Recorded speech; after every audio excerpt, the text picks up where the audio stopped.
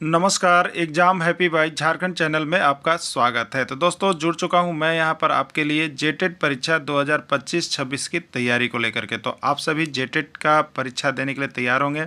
जेटेट परीक्षा बहुत जल्द होने वाली है, तो आप सभी यहां पे क्लासेज के लिए अवश्य जुड़ेंगे। आपको बताते चले, जेटेट में तैयारी को लेकर के बहुत तरह से आपके मन में कौतूहल बना हुआ होगा कि किससे तैयारी करें, कहाँ से तैयारी करें। तो आपको बताते चले, जेटेट परीक्षा में यदि आपको परचम लहराना है तो आप झारखंड राज्य के अनुमोदित पाठ्यक्रम JCERT किताब को पढ़ना कभी भी नहीं भूलेंगे। बाहर का प्रैक्टिस सेट लेकर के यदि आप पढ़ रहे हैं तो वो आपके साथ धोखा हो रहा है, ठीक है। तो आप JCERT जैक का किताब ले लीजिए, जो कि आपको झारखंड राज्य के सरकारी विद्यालयों में मिलते हैं।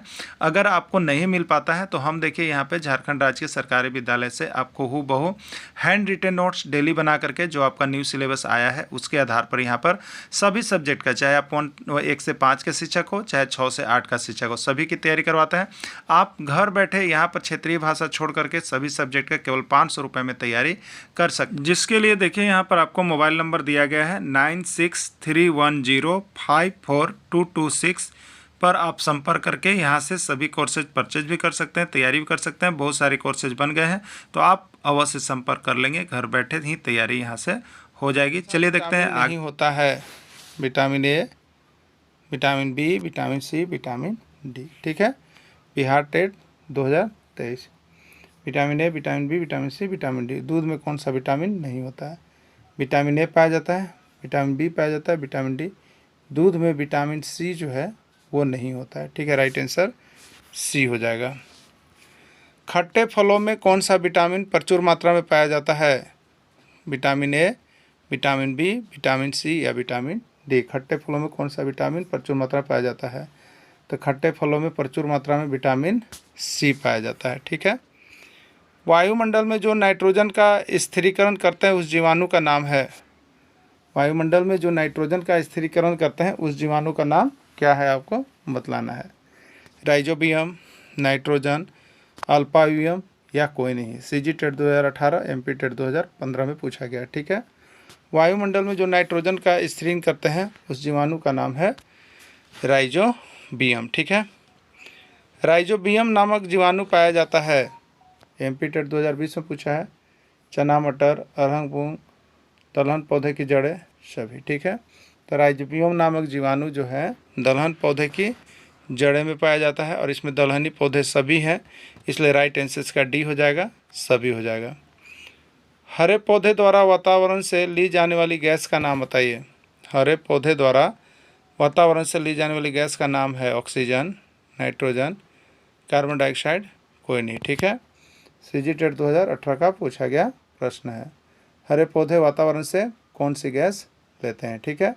तो हरे पौधे वातावरण से कार्बन डाइऑक्साइड गैस लेते हैं, और प्रकाश संश्लेषण की प्रक्रियाक्रम ऑक्सीजन गैस छोड़ते हैं, जो हम लोग लेते हैं, ठीक है। प्रकृति का फेफड़ा किसको कहा जाता है? प्रकृति का फेफड़ा किसको कहा जाता है? Uttarakhand TET 2016, UP TET 2019, MP TET 2021। वायु को, जल को, वन को, भूमि को, ठीक है। तो प्रकृति का फेफड़ा किसको कहा जाता है? वायु को प्रकृति का कहा जाता है, ठीक है। यहाँ पे देखिए प्रकृति का फेफड़ा है वन, ठीक है। इसका राइट आंसर वन कीजिएगा। वन जो है वो प्रकृति का फेफड़ा के रूप में आएंगे, तो वन को प्रकृति का फेफड़ा कहा जाता है, ठीक है। वृक्ष जल को अवशोषित करते हैं। वृक्ष जल को अवशोषित करते हैं पत्ता के द्वारा, तना के द्वारा, जड़ के द्वारा, कोई नहीं, ठीक है। तो वृक्ष जो है जल को अवशोषित अपने जड़ों के द्वारा करते हैं, यानी जड़ के द्वारा वृक्ष जल को अवशोषण करते हैं। MP TET 2014, Uttarakhand TET 2018, CG TET 2020 में पूछा गया है, ठीक है। ग्लोबल वार्मिंग, विश्व उष्णन का प्रमुख कारण क्या है? चलिए, JTET 2016, MP टेट 2018, ऑक्सीजन का बढ़ जाना, कार्बन डाइऑक्साइड का बढ़ जाना, जल का बढ़ जाना, कोई नहीं, ठीक है। देखिए ग्लोबल वार्मिंग क्या होता है, ठीक है। ग्लोबल वार्मिंग जो है, जब वायुमंडल में CO2 गैस यानी कार्बन डाइऑक्साइड गैस की जब मात्रा बढ़ जाती है तो क्या होता है, गर्म ज़्यादा हो जाता है वहाँ का वायुमंडल। तो जब कार्बन डाइऑक्साइड गैस की मात्रा बढ़ जाएगी तो वहाँ का गर्मी तापमान बढ़ जाता है, उसी को हम लोग कहते हैं विश्व उष्णन, हिंदी में या अंग्रेजी में कहते हैं ग्लोबल वार्मिंग, ठीक है। तो वायुमंडल में CO2 गैस की मात्रा बढ़ने के कारण ये विश्वोष्णन होता है। ठीक है, तो इसमें किस में है, तो बी में है, राइट आंसर बी हो जाएगा। चिपको आंदोलन किस राज्य में चलाया गया? चिपको आंदोलन किस राज्य में चलाया गया? उत्तराखंड, मध्य प्रदेश, हरियाणा या झारखंड? ठीक है, चिपको आंदोलन किस राज्य में चलाया गया? देखिए, चिपको आंदोलन जो है आपको उत्तराखंड राज्य में चलाया गया है। उत्तराखंड टेट 2016, यूपी टेट 2012 में पूछा भी गया है। ठीक है, एपीको आंदोलन कहाँ चलाया गया? उत्तराखंड, झारखंड, हरियाणा या कर्नाटक? बिहार टेट में पूछा था। तो ये जो चिपको आंदोलन है उत्तराखंड, तो एपीको आंदोलन जो है वो आपका कर्नाटक में है। झारखंड में किस प्रकार के वन की अधिकता है? झारखंड में किस प्रकार के वन की अधिकता है? पर्णपाती वन, आर्द्र पतझड़ वन, शुष्क पतझड़ वन? कोई नहीं। ठीक है, तो झारखंड में जो वन पाए जाते हैं वो आपको ज़्यादातर करके शुष्क पतझड़ वन पाए जाते हैं। वन के संबंध में क्या सही है? वन के संबंध में क्या सही है आपको बताना है। वन मृदा अपरदन से बचाते हैं, वन पर्यावरण संतुलन को बनाए रखते हैं, सी है भौम जल स्तर को बनाए रखते हैं, डी है सभी। तो वन से जो हमें फ़ायदा है, वन मृदा अपरदन से बचाते हैं, वन पर्यावरण संतुलन को बनाए रखते हैं, वन भौम जल स्तर को बनाए रखते हैं, डी, राइट आंसर डी, यानी सभी इसमें सही है। ठीक है, प्रदूषण का मुख्य कारण है, प्रदूषण का मुख्य कारण है UP TET 2016, CG TET 2014, MP TET 2018। ठीक है, प्रदूषण का मुख्य कारण क्या है? वनों की कटाई, वर्षा की अधिकता, वनों का संरक्षण, बढ़ती वन की संख्या। क्या है इसमें से मुख्य कारण प्रदूषण का? बढ़ती वन की संख्या, ये तो प्रदूषण का कारण नहीं है। वनों का संरक्षण, ये भी प्रदूषण कारण नहीं है। वर्षा की अधिकता, ये भी प्रदूषण कारण नहीं। वनों की कटाई, ये प्रदूषण की सबसे बड़ी समस्या है। राइट आंसर ये हो जाएगा। ठीक है, संचरणीय या संक्रामक रोग हैं, किसको संचरणीय या संक्रामक रोग कहते हैं? जो माता पिता से बच्चों को प्राप्त होते हैं, जो एक व्यक्ति से दूसरे व्यक्ति में फैलता है, जो एक व्यक्ति से दूसरे व्यक्ति में नहीं फैलता है, डी है सभी। देखिए, संचरणीय या संक्रामक रोग वैसे रोग हैं जो एक व्यक्ति से दूसरे व्यक्ति में फैल सकता है, उसको हम लोग संचरणीय या संक्रामक रोग कहते हैं। ठीक है, संचरणीय या संक्रामक रोग का उदाहरण है हैजा, एड्स, टाइफाइड या सभी। ठीक है, तो हैजा भी देखिए संचरणीय या संक्रामक रोग है, एड्स भी संचरणीय संक्रामक रोग, टाइफाइड भी संचरणीय संक्रामक रोग है। राइट आंसर डी सभी हो जाएगा। वर्णांधता में व्यक्ति किस रोग की पहचान नहीं कर पाता है? वर्णांधता में व्यक्ति किस रोग की पहचान नहीं कर पाता? लाल और पीला, लाल और हीरा, लाल और नीला या सभी। ठीक है, तो आप याद रखिएगा, वर्णांधता जो होता है कलर ब्लाइंडनेस, जिसकी जांच की जाती है, तो उसमें रोगी जो है लाल और हरे रंग की पहचान नहीं कर पाता है। ठीक है, ये सीजी टेट 2013, एमपी टेट 2015 और उत्तराखंड टेट 2019 में पूछा गया है। परिवार की परिकल्पना के पीछे आधारभूत तत्व है, मानव का सामाजिक प्राणी होना, बी है मानव का अकेला होना, सी है कार्य करने में परेशानी होना, डी है कोई नहीं। ठीक है, तो परिवार की परिकल्पना के पीछे जो आधारभूत तथ्य है वो है मानव का सामाजिक प्राणी होना। लैंगिक विभेद क्या होता है? लैंगिक विभेद क्या होता है? समाज में ऊंच नीच की भावना, समाज में सांप्रदायिकता की भावना, समाज में लड़के एवं लड़कियों के लिए अलग अलग नियम, समाज में किसी विशेष जाति का। ठीक है, तो लैंगिक विभेद का मतलब यहाँ पे लड़का और लड़कियों से आता है। ठीक है, तो समाज में लड़के एवं लड़कियों के लिए अलग अलग नियम कानून बनाना जो है लैंगिक विभेद के अंतर्गत आता है। पारिवारिक वृक्ष है, किसी देश की जनसंख्या को दर्शाता है, किसी राज्य की जनसंख्या को दर्शाता है, किसी जिले की जनसंख्या को दर्शाता है, किसी परिवार के सदस्य को दर्शाता है। तो पारिवारिक वृक्ष क्या होगा? किसी परिवार के, पारिवारिक वृक्ष में परिवार के सदस्य को दर्शाया जाता है। ठीक है, पत्तियों में मौजूद हरे रंग को क्या कहते हैं? उत्तराखंड टेट 2018 और हरियाणा टेट 2015 में क्लोरोफिल, प्रकाश संश्लेषण, पर्णविकृत या कोई नहीं। तो पत्तियां में जो मौजूद हरे रंग होते हैं उसको हम लोग यहाँ पे क्लोरोफिल के नाम से जानते हैं। प्रकाश संश्लेषण की प्रक्रिया के दौरान पेड़ पौधे वायुमंडल में क्या छोड़ते हैं?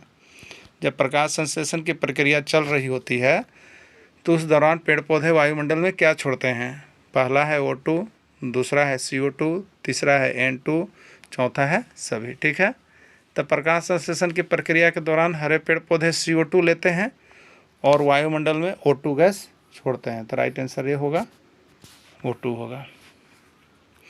हरे पेड़ पौधों के भोजन बनाने के प्रक्रम को क्या कहते हैं? हरे पेड़ पौधे जो अपना भोजन बनाते हैं वो किस प्रक्रम के द्वारा बनाते हैं, किस विधि के द्वारा बनाते हैं? क्लोरोफिल, पर्णविरीत, प्रकाश संश्लेषण के कोई नहीं। ठीक है, तो हरे पेड़ पौधे जो भोजन बनाते हैं उस भोजन बनाने के प्रक्रम को हम लोग प्रकाश संश्लेषण के नाम से जानते हैं। ठीक है, रुपये, 5 रुपये और 10 रुपये के सिक्कों का अनुपात 3:2:5 है, तो 10 रुपये के सिक्कों का प्रतिशत ज्ञात कीजिए। ठीक है, 2 रुपये, 5 रुपये और 10 रुपये के सिक्कों का अनुपात 3:2:5 है, तो 10 रुपये के सिक्कों का प्रतिशत ज्ञात कीजिए। रीट 2014 का पूछा गया प्रश्न है। 30%, 20%, 50% या कोई नहीं। ठीक है, देखिए सबसे पहले हम क्या करेंगे, यहाँ पे देखिए 2 रुपया है तो उस 2 रुपये का अनुपात 3 हो गया। 5 रुपये है तो इसका अनुपात 2 हो गया। 10 रुपये है तो उसका अनुपात 5 हो गया। ठीक है, तो 10 रुपये के सिक्कों का प्रतिशत पूछा। ठीक है, तो 10 रुपये के सिक्कों का प्रतिशत बराबर हो जाएगा 10 रुपये के सिक्कों का अनुपात। तो 10 रुपये के सिक्कों का अनुपात 5 है तो 5 हो गया। अब बट्टा में कुल अनुपात कर दीजिएगा, इसको जोड़ दीजिएगा तो 3 2 5 और 5 10 हो जाएगा। और इंटू क्या कर दीजिएगा, 100 कर दीजिएगा। 10 दहेम कितना हो गया 100 और 5 दहेम कितना हो गया 50, तो 50% इसका राइट आंसर हो जाएगा। ठीक है, चलिए तो यहाँ पे देखिए इसी तरह से बना हुआ है, आपको बनाया हुआ भी है, उसको भी आप लोग देख लीजिएगा। अगला प्रश्न फिर यही सिक्का पर है। सिक्का से एक प्रश्न बार बार आ रहा है, हो सके कि आपके एग्जाम में आ जाए, इसलिए आप लोग देख करके ही जाएंगे सिक्का वाला प्रश्न को। ठीक है, क्या लिखा हुआ है, 1 रुपये, 2 रुपये, 5 रुपये और 10 रुपये के सिक्कों का अनुपात 1:2:3:4 है, तो 5 रुपये के सिक्कों का प्रतिशत निकालना है। ठीक है, तो 5 रुपये के सिक्कों का अनुपात सबसे पहले पता कर लीजिए। तो शुरू बार 1 है, तो यहाँ पर जो शुरू अनुपात है वो 1 वाला है, तो 1 रुपये वाले सिक्के का अनुपात 1, 2 रुपये सिक्के का अनुपात 2, 5 रुपये वाले सिक्के का अनुपात 4 और 10 रुपये सिक्के का अनुपात यहाँ पे 4 है। 5 रुपये सिक्कों का अनुपात 3 है। ठीक है, तो 5 रुपये के सिक्कों का प्रतिशत पूछा है, तो 5 रुपये के सिक्कों का अनुपात सबसे पहले लिखिए। तो अनुपात है 3 बटे कुल, जिसको जोड़ दीजिए, टोटल अनुपात जो रहता है वो जुटता है। तो 1 2 3, 3 6 और 4 10, नीचे हो गया 10 और इंटू हो गया 100।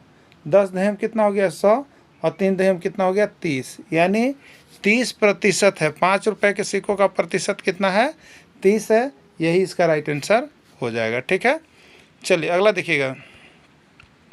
4.1/3 का मान विषम भिन्न में क्या होगा आपको बतलाना है। 13/4, 13/4, 13/3 या कोई नहीं। ठीक है, 4.1/3 ये क्यों, कौन सा भिन्न है, ये मिश्र भिन्न है। ठीक है, मिश्र भिन्न है, इसको विषम भिन्न में बदलना है। तो विषम भिन्न में बदलने के लिए हम लोग क्या करते हैं, तो आप यहाँ पर देखते होंगे भाज्य बराबर क्या होता है, भाजक गुने भागफल। ठीक है, तो हम लिख देंगे 4 गुने 3 और प्लस 1, और ये नीचे जो है हमेशा भिन्न में भाजक में वो हमेशा 3 रहेगा। तो 4 3 12 और 1 कितना हो गया 13 और बट्टा में कितना हो जाएगा 3, यानी 13/3 इसका राइट आंसर होगा। सी हो गया 13/3। क्लियर, चलिए अगला देखिएगा। 5.2/7 का मान विषम भिन्न में होगा।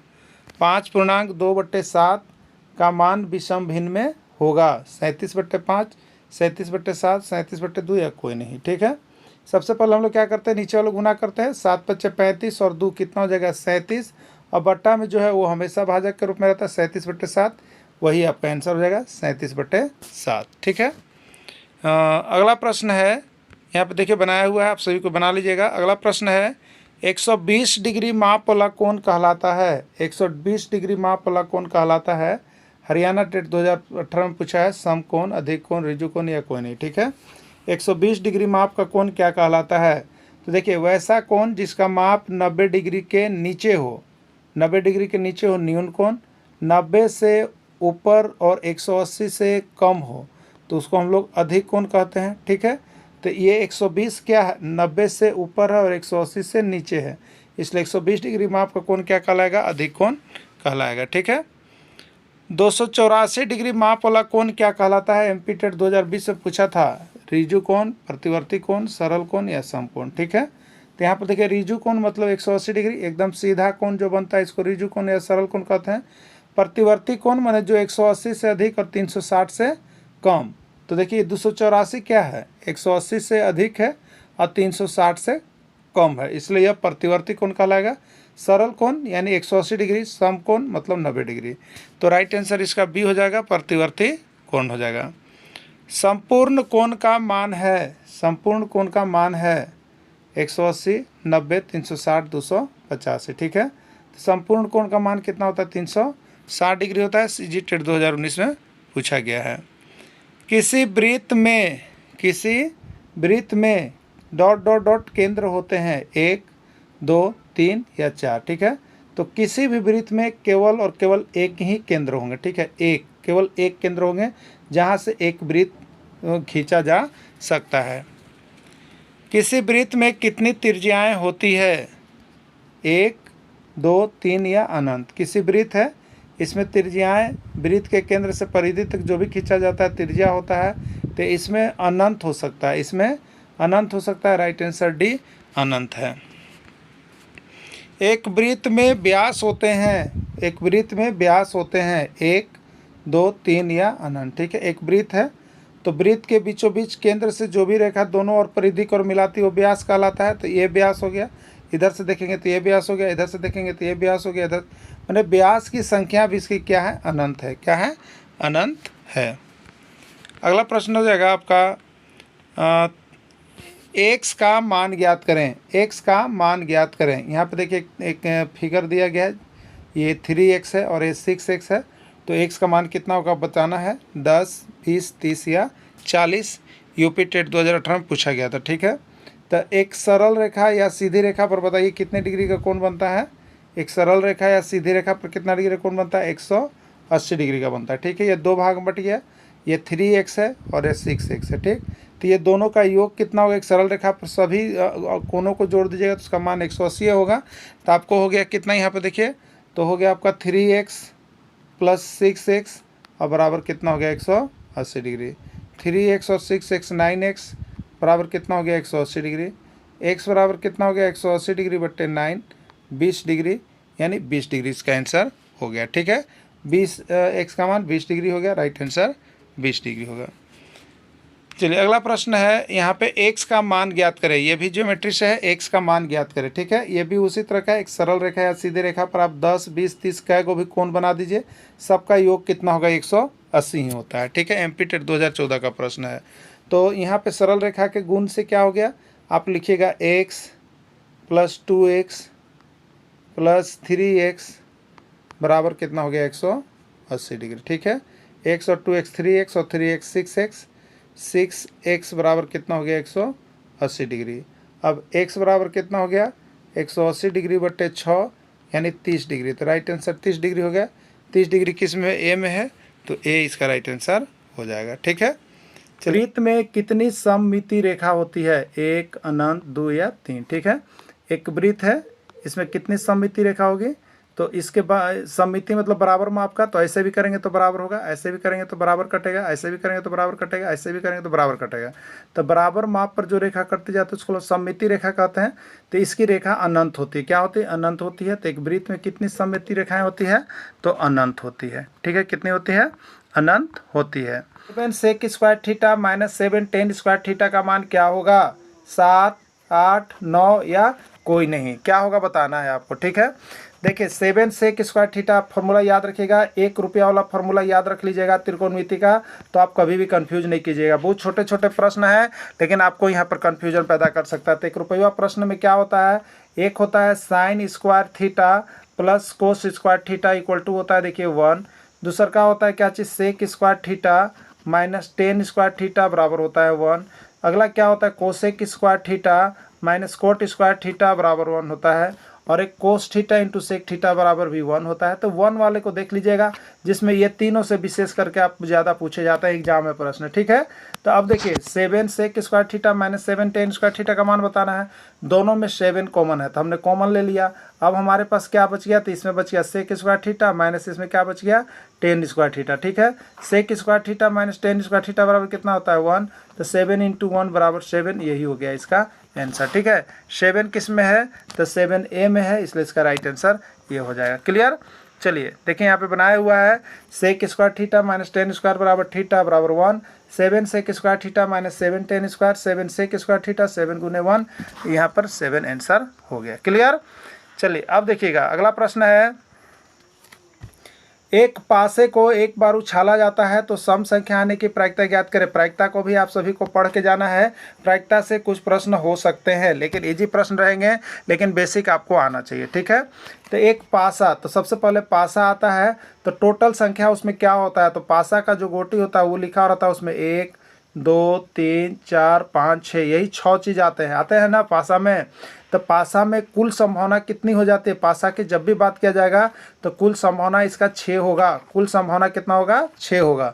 और बाकी घटना तो अलग अलग घटते रहती है। तो प्रायिकता कैसे निकाला जाता है, तो PE प्रोबेबिलिटी ऑफ इवेंट, जो भी घटना है प्रायिकता बराबर होता है NE, जो घटना पूछा जा रहा है उसकी संख्या और नीचे होता है कुल संख्या। ठीक है, यदि पासा की बात किया जाए तो कुल संख्या यानी NS के जगह पर कुल संख्या हमेशा 6 लिखना है आपको। ठीक है, चलिए अब देखिए, तो एक पासा को एक बार उछाला जाता है तो सम संख्या, यहाँ पर घटना जो पूछ रहा है कि सम संख्या कैगो आएगा। ठीक है, तो पासा पर कौन कौन की संख्या आता है आप देखते होंगे, लिखा हुआ रहता है, बिंदु के रूप में बैठा हुआ रहता है, यही रहता है ना। इसमें सम संख्या कौन कौन है, 2 है, 4 है, 6 है। तो अगर सम संख्या की बात करेगा तो आपके दिमाग में 2 हो सकता है, 4 हो सकता है, 6 हो सकता है, यानी कुल घटना आपके दिमाग में क्या घटेगा, 3 गो। तो कुल घटना की संख्या 3 और टोटल पासा के लिए घटना कितना होता है, 6। तो 3 एकम 3, 3 दूनी 6, यानी 1/2 इसका राइट आंसर हो जाएगा। ठीक है, 1/2 किस में है, ए में है, तो ए इसका आंसर हो गया। क्लियर। तो यहाँ पर देखिए एनी जो घटना की संख्या है, सम संख्या बोल रहा है, तो सम संख्या आपके दिमाग में क्या घटना चलेगा, 2 4 6, यानी 3 गो चलेगा। NS क्या गो चलेगा, NS हमेशा जब पासा की बात करेगा तो 6 गो होगा।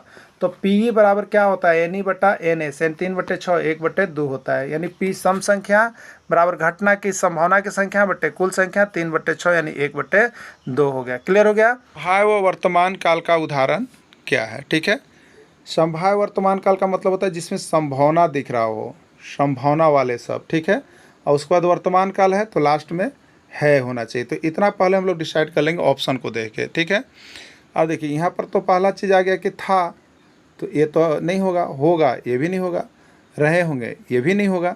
अब देखिए एक ऑप्शन बचा आपके पास सिर्फ डी, जिसमें है दिया हुआ। ठीक है दिया हुआ, है दिया हुआ तो क्लियर होगा कि वर्तमान है, लेकिन शायद है, तो देखिए शायद मतलब संभावना, तो संभावना वाली चीज़ों को संभाव्य वर्तमान काल में लेंगे, राइट आंसर डी हो जाएगा। सामान्य वर्तमान काल का उदाहरण है, सामान्य वर्तमान काल का उदाहरण राम सोता था, रमन क्रिकेट खेलता था, आप जाएंगे कोई नहीं। ठीक है, वर्तमान काल है, सबसे पहले है होगा, और इसमें सामान्य होता है, प्रेजेंट इंडेफिनिट टेंस होता है, यानी कोई चीज़ से बताया जाता है, तो रमन क्रिकेट खेलता है, ये सामान्य वर्तमान काल का उदाहरण है।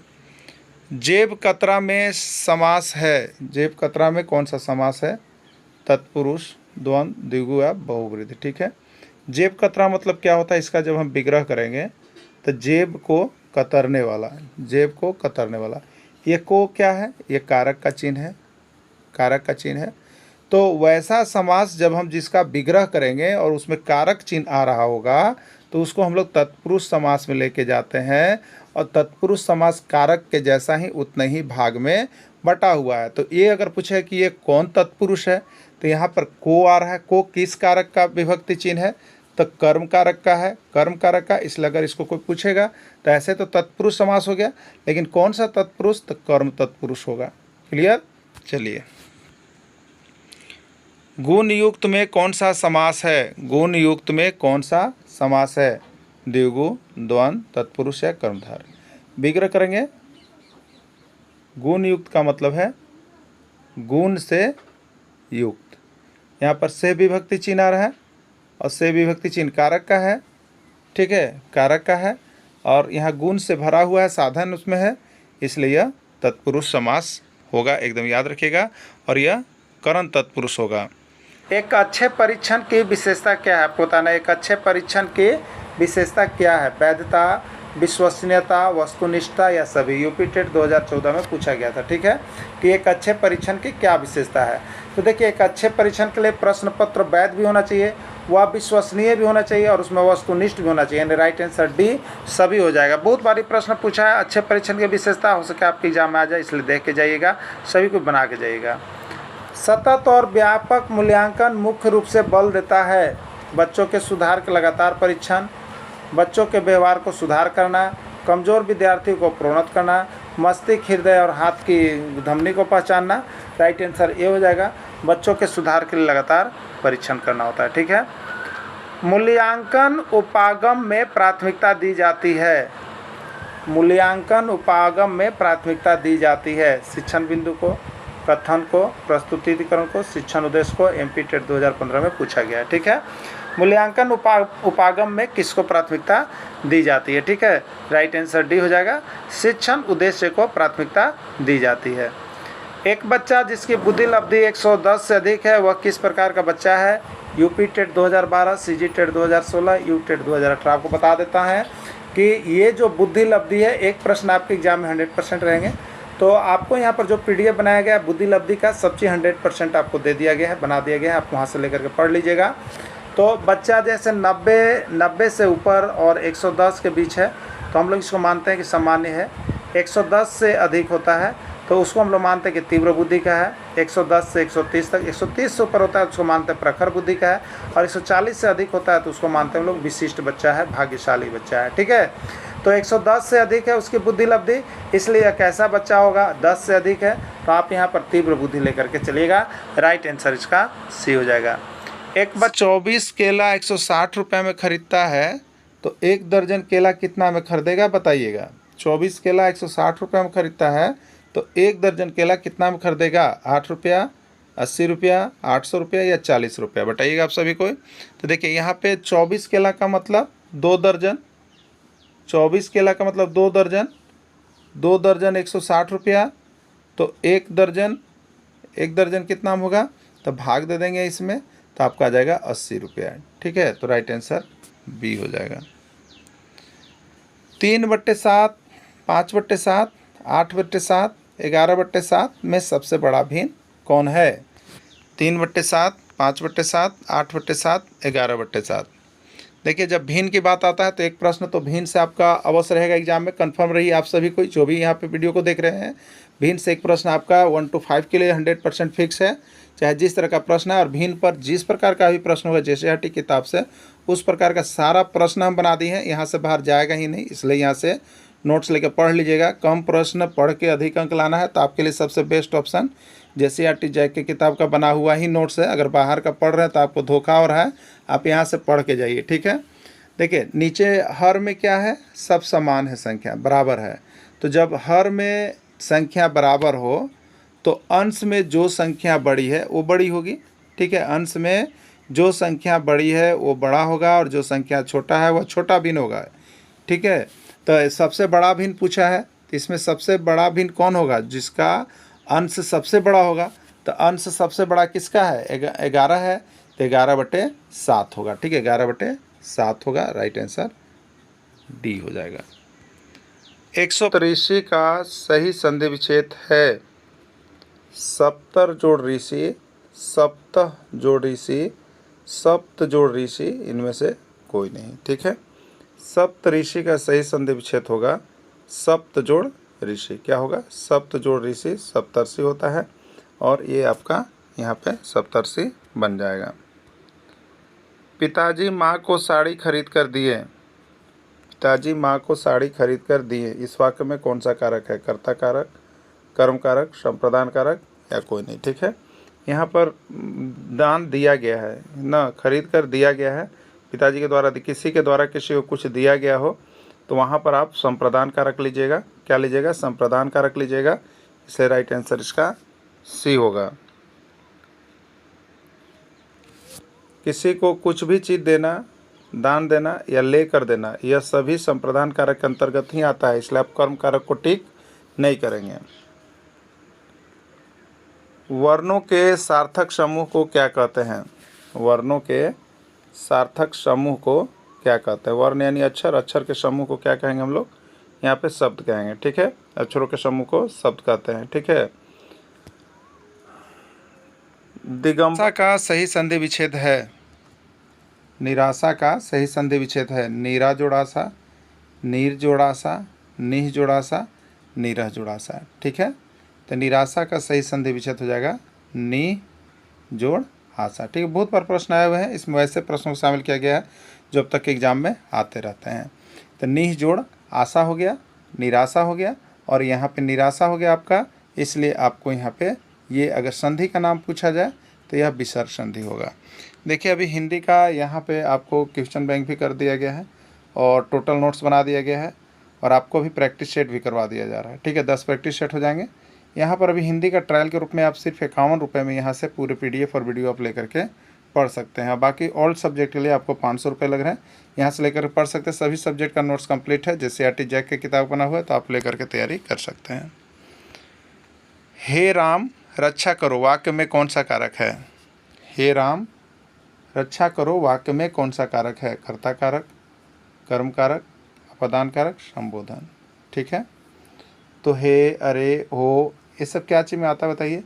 ये संबोधन कर रहा होता है। क्या कर रहा होता है? संबोधन कर रहा होता है, इसलिए इसमें हे लगा हुआ है, तो ये संबोधन शब्द है, इसलिए ये संबोधन कारक में जाएगा। राइट आंसर डी हो जाएगा, ठीक है। इस वाक्य में संबोधन हे का प्रयोग किया गया है, अतः संबोधन कारक है। हम प्रति वर्ष हिंदी दिवस मनाते हैं, हम प्रति वर्ष हिंदी दिवस मनाते हैं 14 जनवरी, 14 मई, 14 सितंबर या 14 अगस्त, ठीक है। तो हम प्रति वर्ष हिंदी दिवस जो है आपको 14 सितंबर को मनाया जाता है, प्रत्येक वर्ष हिंदी दिवस। आम खा रही है, यह किस प्रकार की क्रिया है? आपको बताना है। सीता आम खा रही है, यह किस प्रकार की क्रिया है? सकर्मक क्रिया, अकर्मक क्रिया, सहायक क्रिया या कोई नहीं, ठीक है। सकर्मक क्रिया का मतलब होता है जिसमें कर्म साथ में हो। अगर जिस वाक्य में कर्म साथ में हो तो वो सकर्मक क्रिया है, और जिस वाक्य में कर्म साथ में नहीं हो वह अकर्मक क्रिया है, ठीक है। अब देखिए यहाँ पे सकर्मक अकर्मक से एक प्रश्न होता है, जैसे अगर हम यहाँ पर लिखते हैं कि आप लिखते हैं, आप लिखते हैं, तो यहाँ पर आप जो हो गया वो क्या हो गया? सब्जेक्ट हो गया, ठीक है। और लिखना क्या हो गया? वर्ब हो गया। इसमें ऑब्जेक्ट नहीं है, ऑब्जेक्ट नहीं है, तो कर्म नहीं है, इसलिए ये अकर्मक क्रिया हो गया। लेकिन यहीं पर हो जाता कि आप पेन से लिखते हैं, आप पेन से लिखते हैं, तो आप तो यहाँ पे सब्जेक्ट हो गया, कर्ता हो गया, यहाँ पे लिखना जो है क्रिया हो गया, और पेन जो है ये ऑब्जेक्ट होता। तो जिसमें ऑब्जेक्ट के साथ रहेगा वो सकर्मक क्रिया होगा, याद रख लीजिएगा। तो इसमें सीता खा रही है अगर केवल रहता तो ये अकर्मक क्रिया में जाता, लेकिन ऑब्जेक्ट दिया हुआ है कि क्या खा रही है? आम खा रही है, इसलिए ये सकर्मक क्रिया में जाएगा। क्लियर हो गया होगा आप सभी को? चलिए यहाँ पे हमने नोट्स भी आपको बना दिया है कि जिस वाक्य में क्रिया कर्म के साथ लगा हुआ रहता है वह सकर्मक क्रिया होता है। इसमें क्रिया खाना के साथ कर्म जो है आम लगा हुआ है, अतः यह सकर्मक क्रिया होगा। क्लियर? चलिए नेक्स्ट प्रश्न है, रमेश पुस्तक खरीद रहा है, रमेश पुस्तक खरीद रहा है, यह कौन सी क्रिया है? सकर्मक क्रिया है, अकर्मक क्रिया है, सहायक क्रिया है या कोई नहीं, ठीक है। तो रमेश पुस्तक खरीद रहा है, ठीक है। यहाँ पे रमेश क्या हो गया? सब्जेक्ट हो गया, मतलब कर्ता हो गया। खरीदना क्या हो गया? क्रिया हो गया, ठीक है। और ये पुस्तक क्या चीज़ हो गया? कर्म हो गया, मतलब क्रिया जो है किसके साथ लगा हुआ है? कर्म के साथ लगा हुआ है। क्रिया जब कर्म के साथ लगा होगा तो क्या होगा? सकर्मक होगा। तो राइट आंसर ए होगा, सकर्मक क्रिया हो जाएगा, ठीक है। पुल्लिंग की तारा होना मुहावरा का सही अर्थ क्या है? बहुत प्यारा होना, बहुत तारा आँख में दिखना, तारा आँख में दिखना, एक ही तारा होना, ठीक है। तो आँखों का तारा होना मतलब बहुत प्यारा होता है, इसका राइट आंसर ए हो जाएगा। चिड़िया का बहुवचन है, चिड़िया का बहुवचन क्या है? चिड़ी, चिड़ी मार, चिड़ीगन या चिड़िया, तो राइट आंसर डी होगा। चिड़ी का चिड़िया होता है, यह मात्रा लगाइएगा, ठीक है। प्रत्येक का सही संधि विच्छेद है, प्रत्येक का सही संधि विच्छेद क्या है? प्रति जोड़े, प्रति जोड़े, प्रति जोड़क या प्रत्येक। तो प्रत्येक का सही संधि विच्छेद होता है प्रति जोड़ एक, राइट आंसर इसका बी हो जाएगा, ठीक है। बादल बनने में कौन भाग लेता है? बादल बनने में कौन भाग लेता है? वाष्पन, संघनन, वाष्पन के बाद संघनन या ऊर्ध्वपातन, ठीक है। तो बादल में सबसे पहले वाष्पन और उसके बाद संघनन क्रिया होती है, यानी बादल बनने में वाष्पन के बाद संघनन की क्रिया, यही इसका राइट आंसर होता है। निम्नलिखित में से कौन ताजे पानी का स्रोत है? बहुत बार प्रश्न आया हुआ है, 1001 बार आपके हर टेट की एग्जाम में देखिएगा तो पूछता है पानी से। तो जल वाला जितना पीडीएफ आपको दिए हैं देख लीजिएगा। और आपको बता दें कि ईवीएस का यहाँ पर 100% टॉपिक आपका कंप्लीट है, आप वहाँ से लेकर के पढ़ लीजिए। आप लोग सभी को ईवीएस आपका जो 30 है उसमें आराम से 25 से 28 के बीच में आप ले लाइएगा। बहुत कम पढ़ के बहुत अंक ज़्यादा उठाना है तो बस जैसे जय के किताब का नोट्स पढ़ लेना है, ठीक है। तो ताजे पानी का स्रोत कौन है? भूजल, यानी पृथ्वी के अंदर से जो जल प्राप्त होता है वो भी ताजे पानी। सतही जल सतह के अंदर से होता है। हिमनद, बर्फ पिघले वाले नद, यानी राइट आंसर डी होगा, सभी हो जाएगा, ठीक है। अर्जेंटीना के घास स्थल को क्या कहते हैं? प्रेयरी, वेल्ड, पैम्पास या कोनी, ठीक है। तो देखिए इसका ट्रिक दिए थे, क्या दिए थे? अप्रय, उपय, दबे, मांस अंडा खावे, ठीक है। तो अर्जेंटीना के घास के मैदान को पै मतलब पैम्पास कहते हैं, ठीक है। अर्जेंटीना के घास के मैदान को पंपास कहते हैं, याद रखिएगा, राइट आंसर सी होगा। तीन और समुद्र से घिरा हुआ क्षेत्र क्या कहलाता है? द्वीप, खाड़ी, प्रायद्वीप या कोई नहीं। बहुत बार प्रश्न आया है। देखिए एक चीज़ बता देते हैं, इसको कैसे याद कीजिएगा। तो आपको याद होगा प्राय 3 आदमी कहीं नहीं जाना चाहिए। तो 3 जैसे ही आएगा तो प्रश्न जब भी आएगा तो समुद्र घिरल वाला आइबे करेगा। ये प्रश्न झारखंड के एग्जाम में बहुत बार आया है। तो 3 और समुद्र से घिरा हुआ तब प्राय मतलब प्राय, और यहाँ पर द्वीप सब में लगता है लेकिन प्रायद्वीप हो जाएगा। तो 3 तरफ से जो जल से घिरा होगा, समुद्र से घिरा होगा, उसको हम लोग प्रायद्वीप कहेंगे, ठीक है। चलिए अगला है, भोजन उत्पादन का कारखाना या खाद फैक्ट्री कौन कहलाता है? सूखी पत्ती, हरी पत्ती, सूखी लकड़ी या हरी लकड़ी। तो हरी पत्तियाँ जो होता है वो खाद का कारखाना, खाद का फैक्ट्री होता है। हरी पत्ती से ही भोजन उत्पादन होता है। अमाशय में कौन सा रस स्रावित होता है? पालक, जठर, पिठर या कोनी, ठीक है। तो अमाशय में कौन सा रस स्रावित होता है? जठर रस स्रावित होता है अमाशय में। आलू का खाया जाने वाला भाग है, आलू का कौन सा भाग खाया जाता है बताइएगा? जड़, फूल, तना या सभी। तो आलू का कौन सा भाग खाया जाता है? जड़ खाया जाता है। क्या खाया जाता है? हम लोग यहाँ पर जड़ खाते हैं, ठीक है। ईस्ट में जनन किस विधि के द्वारा होता है? ईस्ट में जनन किस विधि के द्वारा होता है? मुकुलन, कायिक, द्विखंडन या कोनी। तो ईस्ट में जनन जो होता है वो आपका मुकुलन विधि के द्वारा होता है, ठीक है। देखिए आज हम यहाँ पर जो है गणित का क्वेश्चन बैंक को करेंगे, ठीक है। तो मैथ के अंतर्गत जो विभिन्न राज्यों के शिक्षक पात्रता परीक्षा में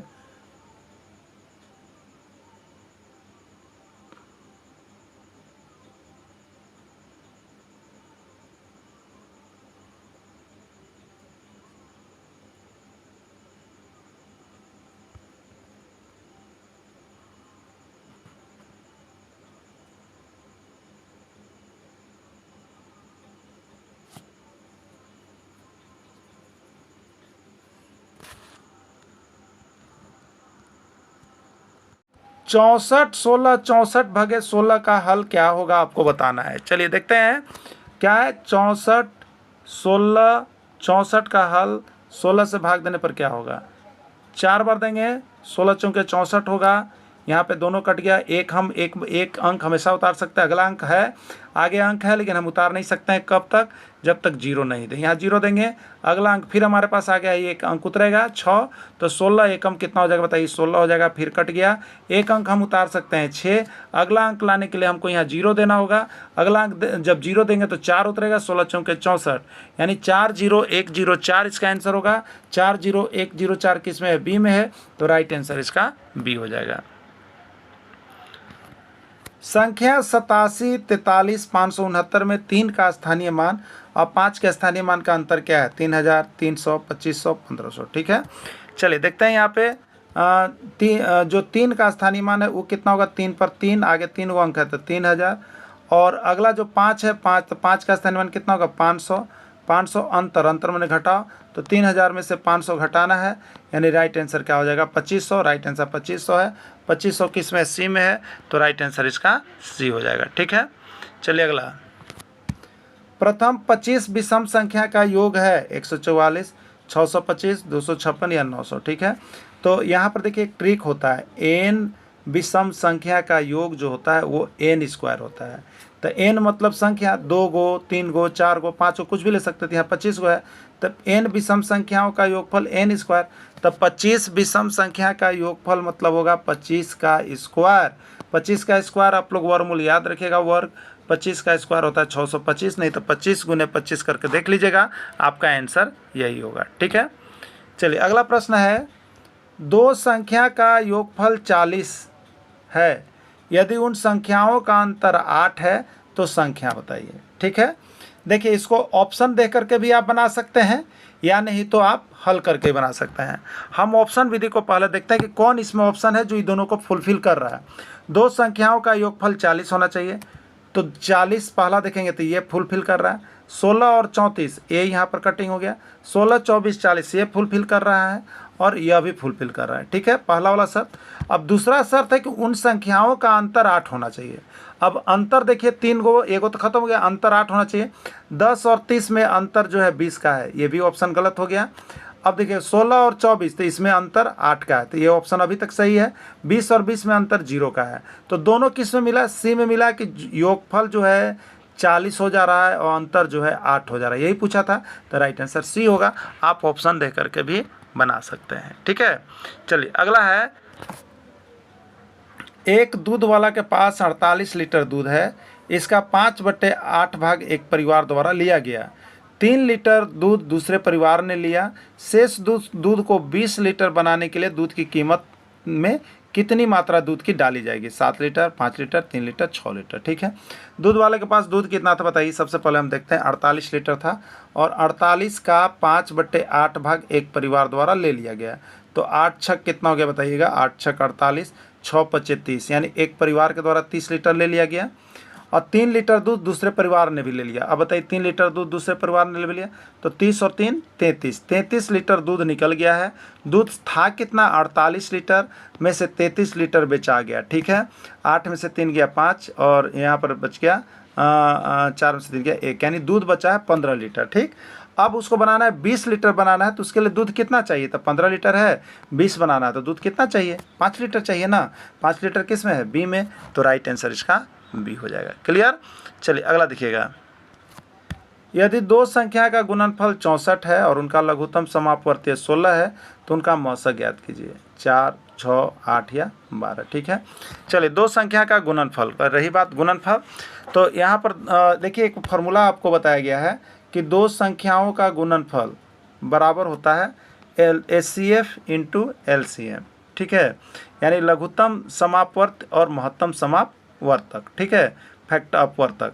तो इसमें दो संख्याओं का गुणनफल दिया हुआ है 64 बराबर लघुत्तम समापवर्ती दिया हुआ है 16 और गुने महत्तम समापवर्तक, यानी यहाँ पर मौसक निकालना था आपको। तो आप बताइए मौसक बराबर क्या हो जाएगा? तो 64 के नीचे हम जब 16 करेंगे तो इधर केवल मौसक बजाएगा, तो 16 चौके कितना हो जाएगा 64, तो 4 आंसर हो जाएगा इसका। ठीक है, 4 आंसर ए में है, तो राइट आंसर ये हो जाएगा।